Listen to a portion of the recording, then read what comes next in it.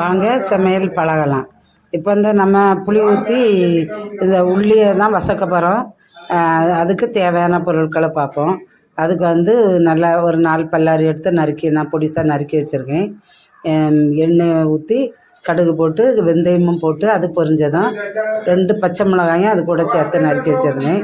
அப்போ அந்த உள்ளியும் பச்சை மிளகாய் போட்டு நல்லா வசக்கணும். நல்லா உப்பும் போட்டு நல்லா வசக்கணும்.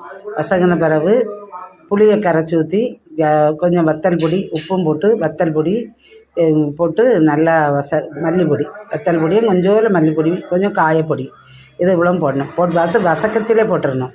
நல்லா வசங்கின பிறகு நம்ம புளி கரைசலை ஊற்றி அது நல்லா கட்டியாகணுன்னு இறக்கி வச்சு சாப்பிட்டா ரொம்ப டேஸ்ட்டாக இருக்கும். சாம்பார் சாதம் பருப்பு குழம்பு அப்படி பழைய கஞ்சி குடிக்கிறதுனால இது ரொம்ப நல்லா டேஸ்ட்டாக இருக்கும். வாங்க சமையல் பழகலாம். வீடியோவை பாருங்கள் மக்களே. சப்ஸ்கிரைப் பண்ணுங்கள், ஷேர் பண்ணுங்கள், கமெண்ட் பண்ணுங்கள், லைக் பண்ணுங்கள் மக்களே.